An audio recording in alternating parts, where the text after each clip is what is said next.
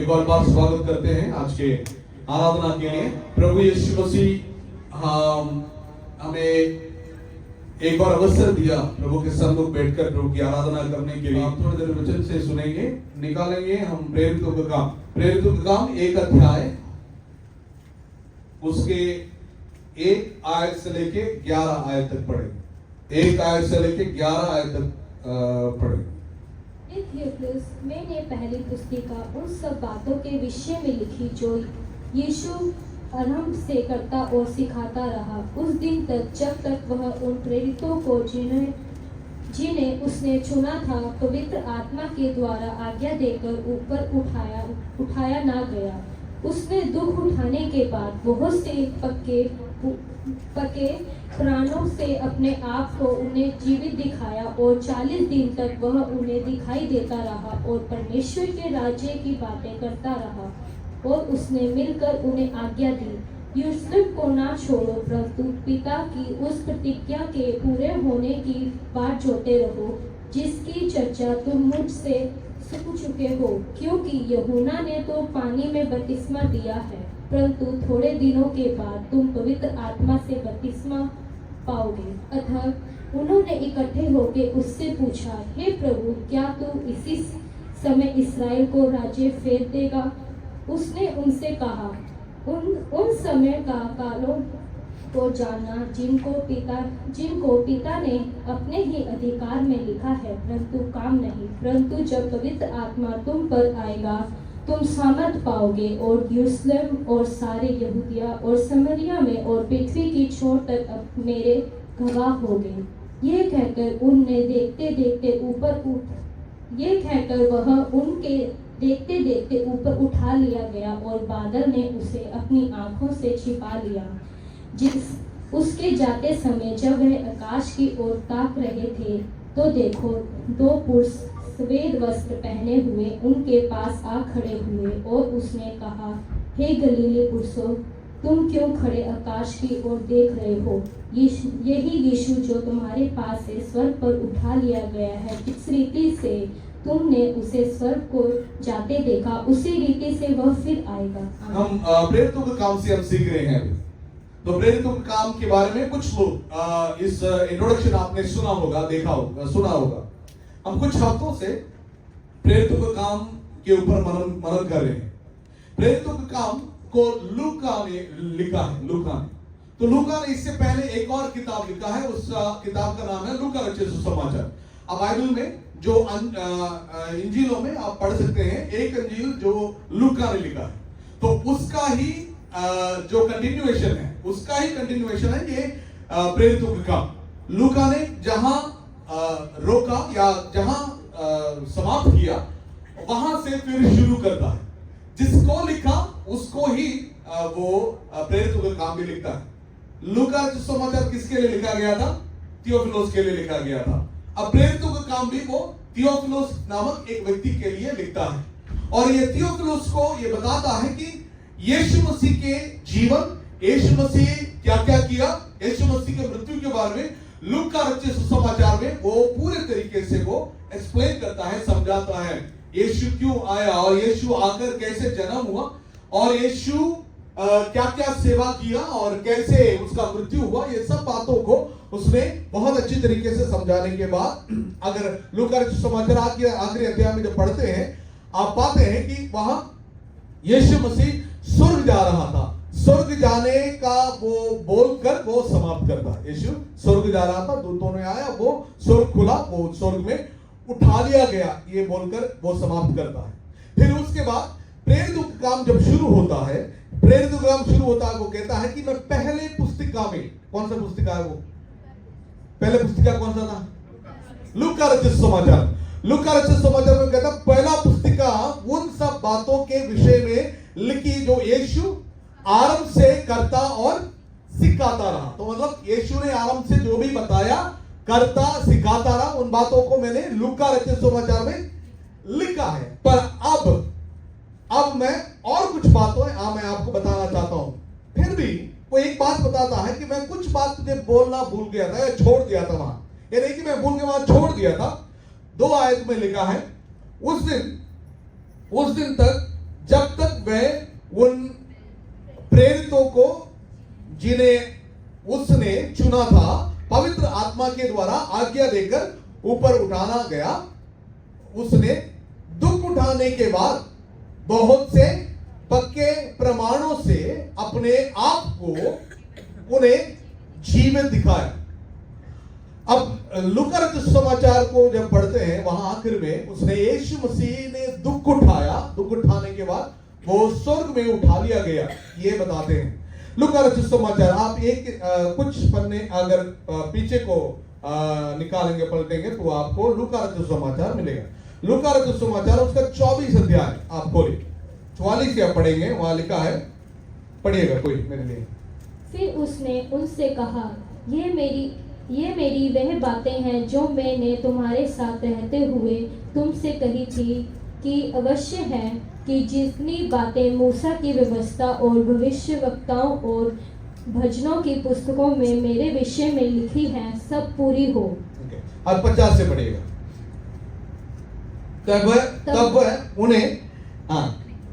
उन्हें बेथनियाह तक बाहर ले गया और अपने हाथ उठाकर उन्हें आशीष दी, और उन्हें आशीष देते हुए वह उनसे अलग हो गया और स्वर्ग से उठा लिया गया, और वह उसको दंडवत करके बड़े आदर से यरूशलेम को लौट गए। वहां वो लोग यीशु उन्हें लेकर गया और वहां से वो स्वर्ग में उठा लिया गया था, वहां तक उसने समाप्त किया। पर लूक जो प्रेरितों के काम में आता है वो कहता है कि दुख उठाने के बाद स्वर्ग में जाने से पहले वो अपने चेलों के साथ, लोगों को साथ उसने रहा कितने दिन? 40 दिन। वो हमने पढ़ा था ना, प्रेरितों के काम में पढ़ा था, 40 दिन वो रहा और पक्के वो प्रमाण भी दिया, पक्के प्रमाण भी दिया, यानी वो रहकर उनको दिखाया कि मैं जी उठाऊं। अब यीशु मसीह के बारे में अगर देखें कि यीशु मसीह क्यों आया, यीशु मसीह किस बात के लिए इस दुनिया में आया, यीशु मसीह का आने का क्या जरूरत थी, वो लूका रचित समाचार में हमने पढ़ा है कि अभी 45 आयत में ऐसा लिखा है कि 46 आयत में, और उसने कहा, यूं लिखा है कि मसीह दुख उठाएगा और तीसरे दिन मरे हुए में से जी उठेगा और यरूशलेम से लेकर सब जातियों में मन फिराव का और पाप के क्षमा का प्रचार उसी के नाम से किया जाएगा। तो यीशु मसीह क्यों आया था? दुख उठाने के लिए, मरने के लिए, जी उठने के लिए। और यीशु मसीह का जीना, मरना, जी उठने से क्या मिलता है? क्या मिलता है? पापों की क्षमा मिलता है, पापों की क्षमा मिलता है। तो वो समझाता है, दिखाता है यीशु मसीह इस दुनिया में आने का ये कारण है कि वो पाप में पड़े हुए लोगों को पाप से छुड़ाने के लिए और उन्हें अनंत जीवन देने के लिए वो आया है।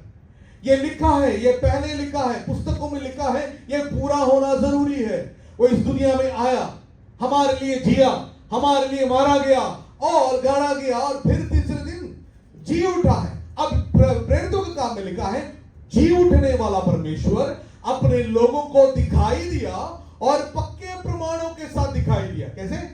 पक्के प्रमाणों के साथ दिखाई दिया। वो ये बताना चाहता है, इस दुनिया में बहुत लोग आज चले गए पर कोई भी मृत्यु में से जी नहीं उठा और लोगों को चलते फिरते दिखाई भी नहीं दिया।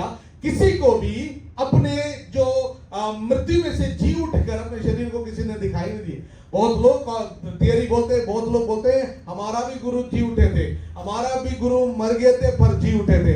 पर किसी का गुरु अपने मृत्यु जी उठने के बाद किसी को दिखाई नहीं दिया, किसी के साथ बैठा नहीं, बात नहीं किया। पर यीशु मसीह के बारे में कहता है कि वो जी उठने के बाद कितने दिन? 40 दिन अपने लोगों के बीच में रहा और पक्का प्रमाण दिया। पक्का प्रमाण क्या है? पक्का प्रमाण, पक्का प्रमाण क्या होता है? आप अगर जाते हैं, एक अदालत में जाते हैं, अदालत में जाके खड़े होते हैं, आप विटनेस हो, आप साक्षी हो, जाके खड़े होते हैं, आपके साक्षी तब ग्रहण किया जाता है तो आपके पास पक्का प्रमाण हो। ठीक है, आपके पास पक्का प्रमाण, आप गवाह हैं। पक्के प्रमाण क्या क्या है? पक्का प्रमाण क्या है? पक्का प्रमाण क्या है? लूका रचित समाचार में लिखा है पक्का प्रमाण में वो उसको बताते हैं 36 आयत से पढ़िएगा, लूका सुसमाचार 24 अध्याय उसके 36 आयत।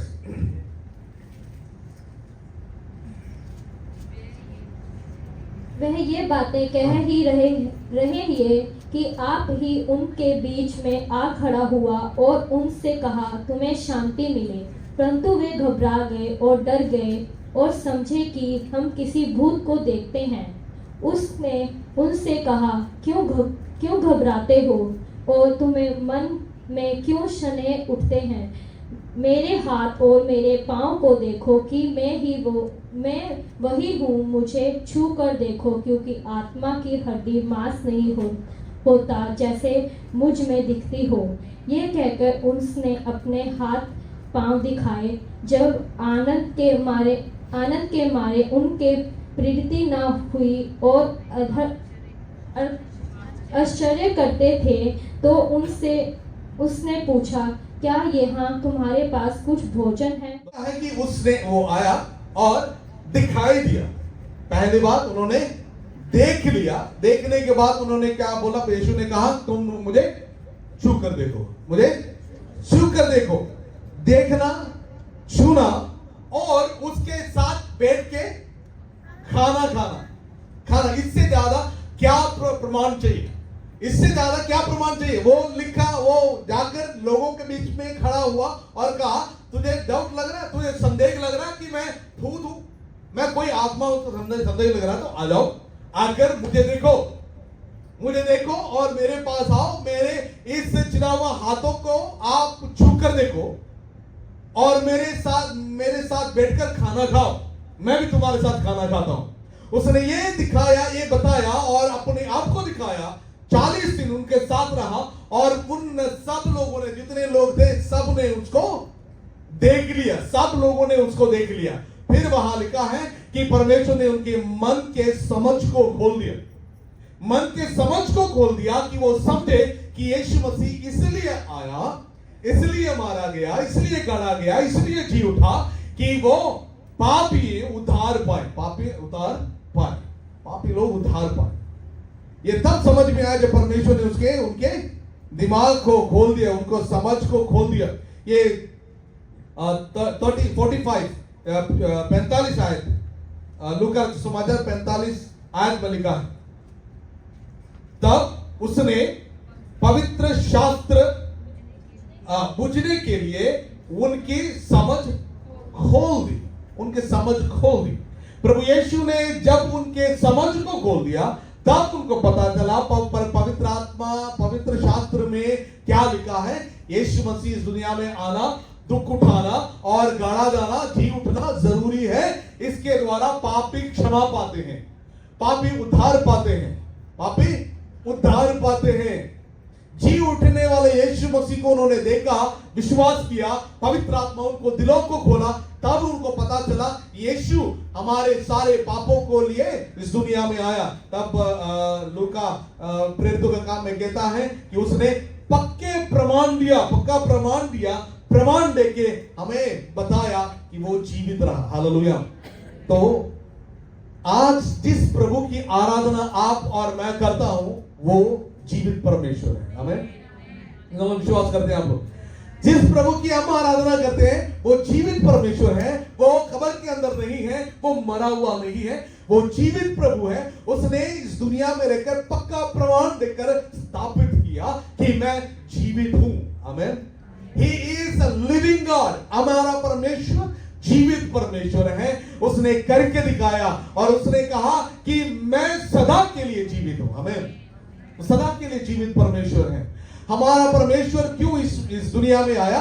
पापों को क्षमा करने के लिए, पाप के ऊपर जीत प्राप्त करने के लिए, पाप के ऊपर जीत प्राप्त किया और मृत्यु के ऊपर भी जीत प्राप्त किया। और उसके बाद वो हमारे बीच में डेरा किया, हमारे बीच में रहा 40 दिन लोगों के बीच में रहा और फिर उसने पक्के क्या दिया? प्रमाण दिया। अभी 4 आयत से पढ़ेंगे, हम वापस आएंगे प्रेरितों का काम 1 अध्याय उसके 4 आयत से। वहां लिखा है, और उनसे मिलकर उन्हें आज्ञा दी, यरूशलेम को ना छोड़ो, परंतु पिता की उस प्रतिज्ञा के पूरे होने की बाढ़ जोते रहो, जिसकी चर्चा तुम मुझसे सुन चुके हो। कहता है कि तुम अभी यरूशलेम को छोड़कर नहीं जाना, इधर रहना है, क्योंकि परमेश्वर ने एक प्रतिज्ञा दिया है, एक प्रतिज्ञा दिया, प्रॉमिस किया। क्या प्रॉमिस किया, क्या प्रतिज्ञा दिया, क्या प्रतिज्ञा दिया था परमेश्वर ने? यीशु मसीह जब इधर था उसका चर्चा किया था, उसने क्या प्रतिज्ञा दिया था? उसका पढ़ने के लिए लूका रचित समाचार में वापस आना, 24 अध्याय में वापस जाना। वहां प्रभु दोबारा वो प्रतिज्ञा देता, उसका याद दिलाता। लूका लिखता है उसको, वो लिखता है, प्रतिज्ञा देता है। क्या प्रतिज्ञा देता है? किसका प्रतिज्ञा देता है? पवित्र आत्मा का। पवित्र आत्मा का प्रतिज्ञा देता जाता है और कहता है कि मैं जा रहा हूं, पर तुम लोग कहां रहना? यरूशलेम में बने रहो। यरूशलेम में बने रहेंगे तो मैंने जो पवित्र आत्मा का प्रतिज्ञा किया था, वो पवित्र आत्मा तुम्हारे ऊपर आएगा, तुम्हारे ऊपर आएगा। और जब ये बातें कह रहे थे, उन्होंने सोचा कि यीशु मसीह अभी जाने वाला है, अभी जल्दी उनके जो राज्य की स्थापना करने वाले हैं, क्योंकि पुराना नियम के अनुसार और ये जो यहूदी लोग विश्वास करते थे कि उनके लड़ाई रोम साम्राज्य के साथ है। रोम, यीशु मसीह जब रहते थे तब रोमियों के बीच में रहते थे, रोमी लोग इनको शासन करते थे। तब उन्होंने सोचा कि यीशु मसीह हमें छुड़ाने का मतलब, यानी यीशु मसीह अपने राज्य में आने का मतलब यह है कि यीशु मसीह रोमियों को क्या कर देगा? तबाह कर दे और हरा देगा और हमें अपना राज्य में लेकर जाएगा। ये इसमें लिखा है, आप 5 आयत से पढ़िए, 6 आयत से पढ़िएगा, 6 आयत से। सब सारे लोग बाइबल देखना प्लीज, बाइबल देख के पढ़ेगा। अतः उन्होंने इकट्ठे होकर उससे पूछा, हे प्रभु, क्या तू इसी समय इस्राएल को राज्य फिर देगा? कहता है कि अब हम मुश्किल में हैं, रोमियों के बीच में हैं, रोमियों में तंग करता है, हमें आराधना करना नहीं देता, हमें बहुत शासन में लेकर आता है। क्या तुम हमें रोमियों से छुड़ाकर अपने राज्य, इस्राएल का राज्य वापस देगा? पर यीशु मसीह इस राज्य के बारे में नहीं बात कर रहा था। प्रभु यीशु इस राज्य के बारे में बात नहीं कर रहा था। वो राज्य जरूर वापस देगा, वो उसके लिए समय है। तब यीशु कहता है इस समय के बारे में कोई नहीं जानता, है ना? 7 आयत में लिखा है इस समय के बारे में नहीं कोई जानता है। उसने कहा उन समय या काल का जानता जिनको पिता ने अपने ही अधिकार में रखा है। ये पिता के अधिकार में है, किसी को नहीं पता ये कब आने वाला है, ये कब राज्य होने वाला है, ये कभी भी होगा। पर प्रभु ने उनको काम दिया, तुमको क्या करना है? वो काम तो हो जाएगा, राज्य आ जाएगा, प्रभु आएगा, राज्य करेगा, परमेश्वर का राज्य आ जाएगा। पर तुझे क्या करना? तुम पवित्र आत्मा, वही हम पिछले हफ्ते हमने देखा था, सुना था, जब पवित्र आत्मा तुम पर आएगा तो तुम क्या करोगे? सामर्थ पाओगे और यरूशलेम और सारे यहूदिया और सामरिया, दुनिया के छोर तक मेरे गवाह होगे। ये हमने पिछले हफ्ते हमने सुना, याद है आपको? ये पूरा बुक ऑफ एक्ट्स का एक आउटलाइन, एक संक्षिप्त रूप में बताया गया। पूरा प्रेरितों के काम का एक निचोड़ है ये आयत। प्रभु यीशु कहता है जब पवित्र आत्मा तुम पर आएगा, 1 और 2 अध्याय में पवित्र आत्मा उन पर आता है और वो सामर्थ पाते हैं। और यरूशलेम, आप 3 अध्याय से लेके 8 अध्याय तक पढ़ेंगे, वहां यरूशलेम की कलीसिया, यरूशलेम में उन्होंने प्रचार किया, यरूशलेम में कलीसिया स्थापना किया। और 9 अध्याय से जब पढ़ेंगे फिर वो यहूदिया, सामरिया, दुनिया के छोर तक उन्होंने सुसमाचार को लेकर गया। मतलब 1 अध्याय 8 आयत में जो लिखा है ना, क्या लिखा है? जब पवित्र आत्मा तुम पर आएंगे तुम सामर्थ पाओगे, यरूशलेम, यहूदिया, सामरिया और पृथ्वी के छोर तक तुम मेरे गवाह बनोगे। ये पूरा आप प्रेरितों के काम में देख सकते हैं। 1 और 2 आयत में, 2 अध्याय में क्या आया था? कौन आया था? पवित्र आत्मा आया था। उन्होंने क्या पाया? सब लोग बोलना है, ठीक है? आप लोग सीखने के लिए बैठे, सब लोग बोल, क्या पाया था? सामर्थ पाया था। सामर्थ पाने के बाद फिर वहां यरूशलेम की कलीसिया स्थापना किया, यरूशलेम के कलीसिया स्थापना किया। फिर वहां से चला गया दुनिया के छोर तक, दुनिया के छोर तक वो सुसमाचार को लेकर चले गए थे। प्रभु यीशु कहता है मेरा आना राज्य इधर होना वो आएगा, उसके समय कोई नहीं जानता, पिता जानता है। पर आपको और मुझको करने के लिए एक काम देकर चला गया। क्या है काम? क्या है काम? सुसमाचार सुनाना है। क्यों आप और मुझको ये काम देकर गए? यानी उन चेलों को क्यों बताया गया तुम लोग जाकर सुसमाचार सुनाना, मेरे गवाह बनोगे? क्यों बताया था? क्यों बताया था?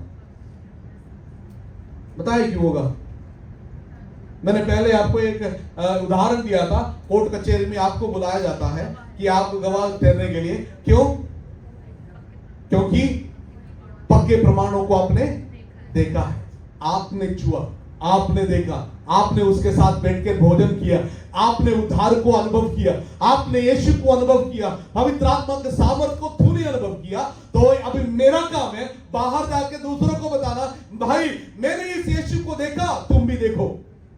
सही है ना?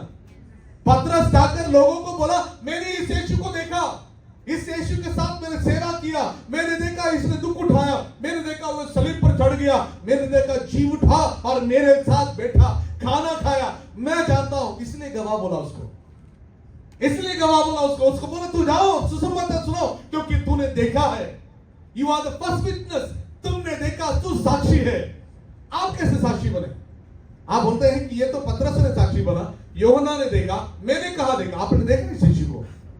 आपने इस यीशु को ग्रहण किया, इस यीशु को अनुभव किया? आपने बोलिए ना, इस यीशु को अनुभव किया, उद्धार को अनुभव किया, आपने पाप से उद्धार को आपने पाया अपने जीवन में। अगर पाया है तो आप एक साक्षी हैं। आप अकेले चुपचाप नहीं बैठ सकते हैं, इस वचन को अपने दिल में लेंगे और जाएंगे, बोलेंगे मैंने इस यीशु को जान लिया, मैंने इस यीशु को देख लिया, मैंने इस यीशु को मैंने पा लिया, उसने मुझे छुआ, मैंने देखा। इस यीशु को तुम भी अनुभव करो, तुम भी ग्रहण करो। हमें ये काम किसका है? काम किसका है जी? आपका और मेरा काम है। हमें यीशु मसीह इस दुनिया में आना ये सच है, वो इस दुनिया में रहना सच है, वो मृत्यु में से जी उठना ये सच बात है। पवित्र शास्त्र कहता है और वचन और पक्के प्रमाणों से स्थापित करता है, यीशु इस दुनिया में आया था। जिस यीशु का प्रचार मैं करता हूं ये यीशु सच्चा है। जिस यीशु का प्रचार मैं करता हूं वो मुर्दों में से जी उठा है। जिस यीशु का प्रचार मैं करता हूं, जिस यीशु का आराधना आप करते हैं, प्रचार आप करते हैं, वो यीशु मरा नहीं है, वो मृतकों में नहीं रहा, वो जी उठा परमेश्वर है। समझ रहे हो? यीशु मसीह जी उठा है। हालेलुया। ये यीशु मसीह जी उठने का खासियत क्या? क्यों जी उठने से मैं आपको और मुझको इतना खुशी क्यों आना चाहिए? क्यों खुशी आना चाहिए? यीशु मसीह तो जी उठा, चलो ठीक है, क्यों खुशी आना चाहिए? पाप से छुड़ाया, सब कुछ हमें ठीक कर दिया। यीशु मसीह जी उठा है और जी अभी भी जिंदा है, अभी भी जिंदा है। इस बात आप कितना खुशी दिलाती है? यीशु मसीह जिंदा है, कितना खुशी दिलाती है? बहुत। क्यों? मृत्यु से जी उठा, चलो ठीक है, मृत्यु से जी उठा है। पर आपसे आपके साथ क्या मतलब है? कि क्या मतलब है? सिंपल है जी, बोले। हम भी आनंद के लिए जिए, ठीक है, यीशु जी उठा, हम भी आनंद के लिए जिए। मान लीजिएगा, मैं हमेशा बोलता हूं, बहुत लोग मेरे पापा बोलते हैं जब तक मैं जिंदा हूं तब तक मेरे वैल्यू, यानी तुम समझोगे, है ना? अब मैं कहीं पे भी बैठूं, कहीं पे भी बोलूं, जाओ, मैं घर के बारे में टेंशन नहीं है। क्यों? मेरे पापा है, मेरे पापा संभाल लेगा। और किसी का कोई मृत्यु हो गया, चला गया, फिर हमेशा दुख रहता है, बोलेंगे तो सुनेंगे नहीं। मैं कभी भी फोन करता हूं, मेरे पापा सुनेगा। कभी भी कुछ जरूरत के लिए फोन करता हूं, प्रार्थना के लिए, पापा सुनता है कि नहीं सुनता है? सुनता है। क्यों? क्योंकि वो मेरा परमेश्वर जिंदा है, इसलिए मैं खुश हूं, इसलिए क्योंकि कभी भी मैं फोन करूं, मैं बुलाऊं, प्रार्थना करूं, मैं पुकारूं, मेरे प्रार्थना को सुनने के लिए वो सक्षम है। आमीन। तो कहीं पे भी जाओ, कैसे भी करो, प्रार्थना करो। अगर जिसको तू पूजा करते, आराधना करते हैं, वो मरा हुआ है, उसके अंदर जान नहीं है, तुझे खुशी नहीं आएगी, दुख के बाद दुखी आते रहेगी। पर मैं यीशु के पास जाता हूं, मैं आनंद के साथ वापस आता हूं, क्योंकि क्योंकि मुझे यकीन है मेरा प्रार्थना उसने सुन लिया, क्योंकि वो जिंदा है, क्योंकि वो जिंदा परमेश्वर है। हालेलुया। मैं ये भी उदाहरण में अक्सर मैं देता हूं, ये उदाहरण मुझे बहुत पसंद है, क्योंकि बहुत लोग पूछते हैं कि हम क्यों जो फोटो रखे है ना, फोटो रखे, मूर्ति रखे आराधना क्यों नहीं करते।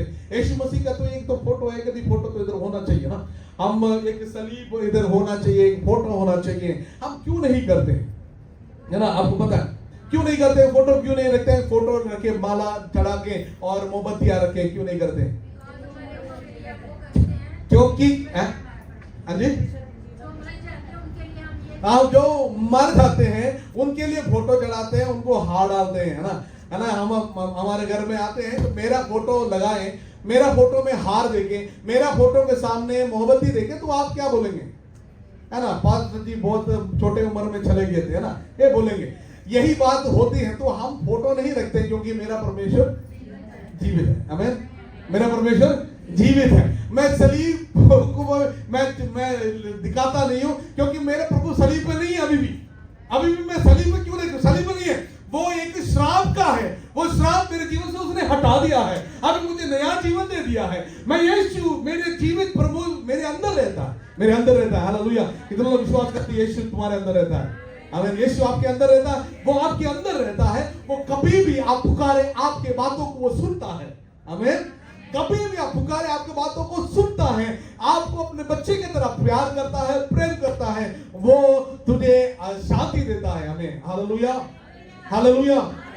एक प्रभु हमारा परमेश्वर है। लूका उसको बताते हैं कि वो दुख तो सहा, मर तो गया, पर 40 दिन लोगों के बीच में रहा, और उसके लिए हम गवाह हैं। अब प्रभु यीशु कहता है तुम जाओ सारे जातियों को सुसमाचार सुनाओ, क्योंकि तूने उसको देखा है। आज हमारे कलीसिया के लोगों को प्रभु यीशु कहता है तूने उद्धार को जान लिया है, उद्धार तुम्हारे जीवन में आ गया है, अब तुम्हारी बारी है, इस दर से बाहर निकलो और लोगों को बोलो कि यीशु जिंदा है, यीशु चंगा करता है, यीशु छुड़ाता है, यीशु पापों को मुक्ति देता है। हालेलुया। इधर बैठे बैठे हम अपने आप को चीजों को पाने के लिए नहीं, हम देने के लिए परमेश्वर ने हमें बुलाया है। हमें देने के लिए बुलाया है। हम आगे प्रेरितों का काम सीखते हैं तो वहां और भी बातें हम सीखेंगे। मैं उदाहरण के लिए बता दूं, यीशु ने उन्हें कहा यरूशलेम में बैठे रहो, यरूशलेम में बैठे रहो। बैठने का टाइम था, यरूशलेम में ठहरे रहो, यही बताया ना यीशु ने, पर थोड़ी देर के लिए है। तुम वहां तंबू डाल के नहीं बैठ सकते, तुम वहां बढ़िया इमारत बना के नहीं बैठ सकते। प्रभु ने कहा तुम यरूशलेम में ठहरो, पवित्र आत्मा तुम पर आओगे, फिर तुम्हें क्या करना है, तुम्हें निकलना होगा, तुम्हें आजकल हम क्या करते हैं, एक जगह में बैठने के लिए बोला, हम बैठ ही जाते हैं, हम वहां घर ही बना जाते हैं, हम बैठ जाते हैं, हमारे वहां क्या जड़ पकड़ जाते हैं हम लोग। प्रभु यीशु कहता है नहीं, थोड़ी देर के लिए बैठो, निकल जाओ। यरूशलेम में बैठे रहे वो लोग। यीशु ने कहा यरूशलेम में ठहरे रहो, बोला था कि नहीं बोला? आपने पढ़ा था, यरूशलेम में ठहरे रहो। ठहरेंगे तो क्या होगा, पवित्र आत्मा तुम पर आ गया था। पवित्र आत्मा, जब आप 2 अध्याय वगैरह पढ़ेंगे आपको पता चलेगा पवित्र आत्मा आ गया था। आने के बाद उनको जाना चाहिए था कि नहीं जाना चाहिए था? हाँ, वो लोग बैठ गए थे, वो लोग बैठ गए थे, यरूशलेम में बैठ गए थे, यरूशलेम में बैठ गए थे। उसके वजह से क्या हुआ, कलीसिया के अंदर सताव आने लगे। सताव आकर उन्हें ऐसा फैला दिया परमेश्वर ने, अलग अलग जगह में वो फैल गया और सुसमाचार फैल गया। प्रभु हमें बताता है कि हम अब इंतजार करने की जरूरत नहीं है, क्योंकि इंतजार वहां कर दिया गया है। अब पवित्र आत्मा हमारे अंदर है। जिस वक्त आप यीशु मसीह के ऊपर विश्वास करेंगे, पवित्र आत्मा आपके अंदर आता है, आपको सामर्थ देता है। अब विश्राम करने का समय नहीं है, अभी निकलने के समय है। आमीन। अभी विश्राम करने का समय नहीं है, अभी निकलने का समय है, अभी बताने का समय है, सुसमाचार समय सुनाने का समय है। समय अधिक नहीं है। क्यों समय अधिक नहीं है? हम अक्सर बोलते हैं समय अधिक नहीं है, अक्सर बोलते लोग, हमेशा बोलते समय अधिक नहीं है, ये जल्दी जाओ, दुनिया के अंत होने वाला है, दुनिया के अंत होने वाला, जाओ सुसमाचार सुनाओ। क्यों? कारण क्यों है? क्यों हम बोलते हैं कि दुनिया के अंत होने वाला, समय अधिक नहीं है? यीशु मसीह दोबारा आने वाला है। आमीन, हालेलुया। विश्वास करते हैं आप लोग? विश्वास करते हैं? कितने लोग विश्वास करते हैं यीशु मसीह जल्दी आने वाला है? जल्दी दोबारा तो आएगा, वो तो विश्वास है, मैं जल्दी आने वाला है। कम है, हमने प्लान बहुत कर रखा है, कितने लोग क्या क्या प्लान कर रखा है, जल्दी आने वाला, यीशु मसीह जल्दी आने वाला है। यीशु मसीह लोगों को प्रचार करता बता रहा था, तुम जाओगे और सुसमाचार सुनाओगे, और उन्हें जैतून पहाड़ के पास लेकर गया, और वो देखते देखते, वहां लिखा है 10 आयत में, 10 और 11 आयत में, वहां लिखा है 10 आयत पढ़िएगा। उसके जाते समय और उसके जाते समय हाँ। जब वह आकाश की ओर ताक रहे थे तो हाँ। देखो 2 पुरुष श्वेत वस्त्र पहने हुए उनके पास आ खड़े हुए और कहने लगे हे गलीली पुरुषों, तुम क्यों खड़े स्वर्ग की ओर देख रहे हो? यही यीशु जो तुम्हारे पास है स्वर्ग पर उठा लिया गया है, जिस रीति से तुमने उसे स्वर्ग की ओर जाते देखा है, उसी रीति से वह फिर आएगा। आमीन, हालेलुया। यीशु मसीह जिया, मारा, जी उठा और अब स्वर्ग में उठा लिया गया, और कहता है जिस रीति से ये स्वर्ग में चला गया उसी रीति में वो वापस आने वाला है। आमीन। यही है मसीह लोगों का, विश्वासी लोगों का एक उत्तम आशा। आमीन। एक उत्तम आशा क्या है कि मेरा यीशु आने वाला है। ये परमेश्वर, उसके दूतों ने ये कहा कि यीशु जल्दी आने वाला है, यीशु मसीह आने वाला है। जैसे वो चला गया वो जरूर आएगा, वापस आएगा। मेरा आशा, मेरा प्रचार, मेरा जीना, इसका मतलब यह है कि मैं यीशु मसीह को देखूं, बादलों में देखूं, वो आएगा, जरूर आएगा, मुझे लेने के लिए वो जरूर आएगा। उससे मिलने के लिए क्या आप तैयार हैं? यीशु मसीह उनके लिए आता है जिन लोगों ने उसको ग्रहण किया और विश्वास किया, उद्धार पाया, और फिर एक और बार वो आएगा, दोबारा धरती में आएगा न्याय करने के लिए। क्या करने के लिए? न्याय करने के लिए आएगा। यानी जो लोग यीशु के ऊपर विश्वास नहीं किया करते हैं, पाप में रहते हैं, उन्हें न्याय करने के लिए यीशु आने वाला है। न्याय करने के लिए आने वाला है। दो अलग अलग आना है। बहुत लोग इस बात को आप जानते हैं, हमारे बाइबल स्टडी में काफी बार मैंने बताया। यीशु मसीह का आने का मतलब यह है, दो बार वो आएगा। एक बादलों में आएगा, एक न्याय करने के लिए, यानी धरती में आएगा। बादलों में किसके लिए आता है? वो धर्मियों को लेकर जाने के लिए वो आएगा। और दूसरी बार वो आता है जैतून पहाड़ में आएगा, वो न्याय करने के लिए आएगा, पापियों को न्याय करने के लिए, शैतान को हमेशा के लिए खत्म करने के लिए, न्याय करने के लिए वो आएगा। अब मेरा सवाल यह है, आप कौन से आने के लिए इंतजार करते हैं? कौन से आने के लिए इंतजार करते हैं? पहला या दूसरी? हाँ, पहला में कौन जाता है? पहले में कौन जाता है? हाँ जी, विश्वासी जाएगा ना? आप जाएगा? आप बोलो ना, मैं जाऊंगा, मैं जाऊंगी, मैं जाऊंगा, बोलिए ना। कौन जाएगा? विश्वासी ना बोलो। विश्वासी बहुत चीजों में विश्वास करने वाले नहीं, विश्वासी। आप बोलो मैं जाऊंगा, मैं जाऊंगी। हमें यीशु मसीह आने वाला है। हमारे पास अभी समय अधिक नहीं है, समय अधिक नहीं है। यीशु मसीह जल्दी आने वाला। यीशु मसीह आने के बारे में बहुत लोग बहुत थियरी बोलते हैं। बहुत लोगों ने बोला अभी आने वाला, कल आएगा, परसों आएगा। कुछ लोग कुछ साल पहले बताया था यीशु जल्दी आने वाला है, और उन्होंने तारीख भी दे दिया, टाइम भी दे दिया। यीशु मसीह जल्दी आएगा, पर आया नहीं। 2012 में किसी ने बोला कि यीशु मसीह आने वाला है। आपने सुना कभी? 2012 में बोला था ना। आप लोग इस दुनिया में रहते हैं ना। हाँ जी, 2012 में किसी ने बोला यीशु मसीह आने वाला है, ऐसा बोल के किसी ने, हॉलीवुड वालों ने एक 2012 करके मूवी भी निकाली। वो देखिए और डर आ गया बंदों को कि यीशु मसीह आने वाला है। इस डर के कारण मैं भी 2012 में पहले ही शादी कर लिया था। मैं मई महीने में शादी कर लिया था। मैंने कहा कि दिसंबर में खत्म ना हो जाए पहले ही। मजाक के लिए कह रहा हूँ, ऐसा नहीं, मुझे पता ही नहीं चला था, मैं शादी के बाद पता चला था। 2012 में बोल प्रभु यीशु आने वाला। फिर बोला कि बिल्कुल 2000 साल के बाद यीशु मसीह आने वाला है ना। 2000 साल में यीशु मसीह आने वाला है। अभी नया थियरी पता है कब यीशु मसीह आने वाला है? डराओ थोड़ा सा आपको। हाँ जी, हाँ 2026 में, मतलब कल, हाँ 2 साल के बाद। अरे यार मैंने इतना तो बना कर रखा है तो मुश्किल हो जाएगा। हाँ बोलो ना, अभी नया थियरी पता है कब यीशु मसीह आने वाला?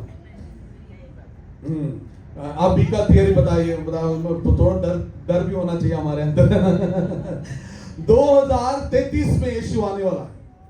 मैं नहीं बोल रहा हूँ भैया, ये रिकॉर्ड करके यानी मतलब पास जी ने बोल दिया कि 2033 में यीशु आने वाला, नहीं। ऐसे थियरीज निकाल रहे हैं, इसके पीछे कारण क्या है बता रहे हैं कि यीशु मसीह जन्म लिया और यीशु मसीह 33 साल इस दुनिया में रहा, तो 2000 साल के बाद 33 साल यीशु मसीह का जीवन मान लीजिए कितना बेवकूफ लोग बना ले। तो यीशु ने पहले बोल दिया कब आना तुम्हारा हाथ में नहीं है, किसी को नहीं पता। किसको पता है? पिता को पता है। या तुम इधर से कैलकुलेशन बैठ के बोले कि यीशु मसीह 33 साल जिया, उसके बाद 2000 साल 2033 में। हाँ इधर बहुत लोग प्लानिंग कर रहे हैं क्या करें 33 से पहले क्या क्या करें, है ना करिए, हमें पता नहीं है। यीशु मसीह अभी भी आ सकता है, विश्वास करते हैं? अभी आएंगे तो चले जाएंगे, कितने लोग जाएंगे हम लोग? ये हमारी आशा है कि यीशु जल्दी आने वाला है। हमारी आशा है यीशु आएगा हमें ले जाएगा। आमीन। यीशु आएगा हमें ले जाएगा। कब है कैसा है वो नहीं, यीशु आएगा, उसके लिए मैं तैयार रहूं। उसने कहा तुम्हारे लिए जो काम दिया तुम करते रहो। क्या काम है तुम्हारा? विश्वास करो और उसका प्रचार करो। तुम्हारा क्या काम है? प्रचार करते रहो। वो आएगा, उसका समय में वो जरूर आएगा और हमें ले जाएगा। हमें तो विश्वासियों की एक आशा है, मेरा यीशु जल्दी आने वाला है। मैं उस यीशु का प्रचार करता हूं जिसने मृत्यु में से जी उठा और अपने ऊपर विश्वास करने वाले लोगों को एक आशा देकर चला गया। जैसे मैं जाता हूं वैसे ही मैं, योना रचित सुसमाचार 4 अध्याय में ऐसा लिखा है, मैं जाता हूं और मैं क्या करता हूं? एक जगह तैयार करके आता हूं। जगह तैयार करने के लिए जाता है। मैं आऊंगा, जहां मैं हूं वहां तुम भी हो, इसलिए मैं ले जाऊंगा। आमीन। कितने लोग इस विश्वास के साथ, इस आशा के साथ बैठे हैं? मैं इस यीशु मसीह का प्रचार करता हूं। इस यीशु मसीह के बारे में जो बताया गया है ये सच है, ये सच्ची घटना है, इतिहास के पन्नों में लिखा गया है। ये कोई मनगढ़ंत कहानी नहीं है, कोई इंसान जो लिखा अपने सोच से लिखने वाली कहानी नहीं है। ये परमेश्वर पिता आकाश और पृथ्वी को बनाने वाला उस परमेश्वर का वचन है। ये सच्चा है, झूठ नहीं है, इसमें एक भी झूठ नहीं है। वो आया, मरा, जी उठा और जल्दी आने वाला है। हालेलुया। यही है मसीहत का एक वन लाइन, यीशु आया, वो हमारे लिए मारा गया, गाड़ा गया, जी उठा और जल्दी आने वाला है। यही कहानी, यही जो समाचार है, इसको सुसमाचार कहते हैं। यही बताने के लिए प्रभु ने आपको और मुझको बुलाया और अलग किया है। हालेलुया।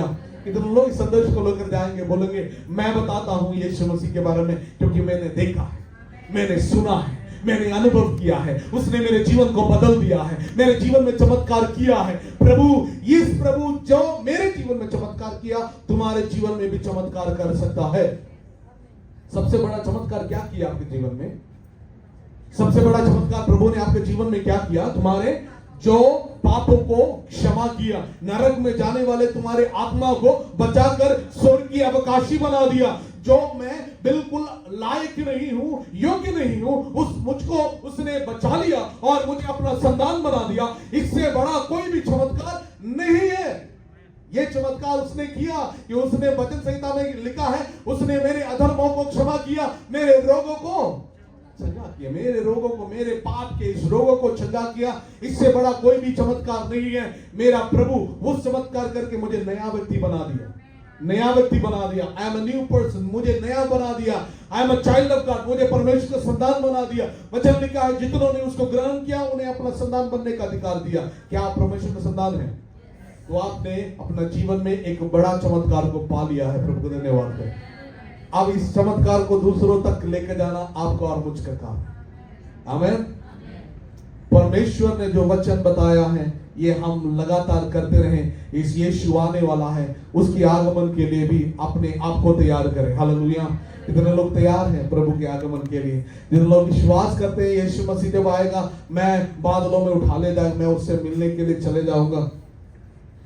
अगर अभी भी आपको यकीन नहीं है, आपको पता नहीं है कि यीशु मसीह का आगमन क्या है, आएगा तो मैं जाऊंगा नहीं, मैं आपको एक बार और बताना चाहता हूं, आप अगर यदि पाप में रहते हैं तो पाप को अंगीकार करो, माफी मांगो परमेश्वर से, बोलो प्रभु मुझे क्षमा करो, मैं एक पापी हूं, मेरे जीवन में गलतियां हैं, प्रभु आप मुझे क्षमा करो और मुझे नया बनाओ परमेश्वर, मेरे दिल में आ, मेरे उद्धारकर्ता बनकर आ परमेश्वर, मेरे पापों को क्षमा करो। उसी वक्त प्रभु यीशु तुम्हारे जीवन में आ जाएगा। उद्धार करने के लिए कहीं और जाने का, कहीं और पैसा खर्च करने का, किसी और काम करने का जरूरत नहीं है। केवल और केवल अपना मुंह खोलकर अंगीकार करेंगे, हृदय में विश्वास करेंगे, निश्चय तुम उद्धार पाओगे। प्रभु के वचन में लिखा है, आमीन। तो मुंह से अंगीकार करेंगे कि यीशु ही प्रभु है, वो मर्दों में से जी उठा है, तो निश्चय तुम उद्धार पाओगे। यदि अभी भी आपने ये काम नहीं किया है, यीशु के ऊपर विश्वास नहीं किया है, यीशु को अपना मुक्तिदाता नहीं ग्रहण किया है, मैं आपको आह्वान करना चाहता हूं, आपको मैं बुलाना चाहूंगा, आपको मैं बताना चाहूंगा, इस यीशु के ऊपर विश्वास करिए। चाहे आप काफी सालों से सुसमाचार सुनाते हैं, काफी सालों से चर्च जाते हैं, काफी सालों से दान पुण्य करते हैं, अभी तक आपने यीशु को अपना मुक्तिदाता ग्रहण नहीं किया है, मैं कहता हूं आपका आना व्यर्थ है, आपका देना व्यर्थ है, आपका मसीह बोलना भी व्यर्थ है। मैं कहता हूं अभी भी आप पाप में रहते हैं तो आपका जीवन में एक आशा नहीं है। यीशु आएगा तो आप इधर ही रह जाएंगे, ऊपर नहीं जाएंगे। मैं आपको बताना चाहूंगा कि आपका जीवन एक मतलब एक मीनिंगफुल जीवन होना है, यीशु मसीह के ऊपर विश्वास करिए। चाहे आप कोई भी है, यीशु के बगैर आप स्वर्ग में नहीं जाएंगे। आप दुनिया के चीजों में, पाप में, नशा में और जो पाप में रहेंगे, आप नरक की ओर जा रहे हैं। मेरे प्रियो, मेरे भाइयों, यीशु आपको प्यार करता है, इस यीशु प्यार करता है, इस यीशु के ऊपर विश्वास करें। यीशु आपको कभी नहीं छोड़ेगा। इस यीशु आपको प्यार करता है, वो चाहता है कि आप अनंत जीवन पाए। आमीन। आप अनंत जीवन पाए। अभी भी आप नशे में हैं, अभी भी आप ऐसे मुश्किलों में फंसे हुए हैं, आप छुटकारा नहीं पा रहे हैं, या उस मुश्किल है, आपको लग रहा है कि मेरा जीवन खत्म हो गया। नहीं भाई, नहीं बहन, प्रभु यीशु आपको प्यार करता है। आपके लिए वो इस दुनिया में आया, आपके लिए इस दुनिया में जिया, आपके लिए कलवरी क्रूस पर अपना जान कुर्बान कर दिया, अपना जीवन दे दिया। क्या आप इस यीशु के ऊपर विश्वास करेंगे? इस यीशु आने वाला है। हालेलुया। इस यीशु आपको प्यार करता है।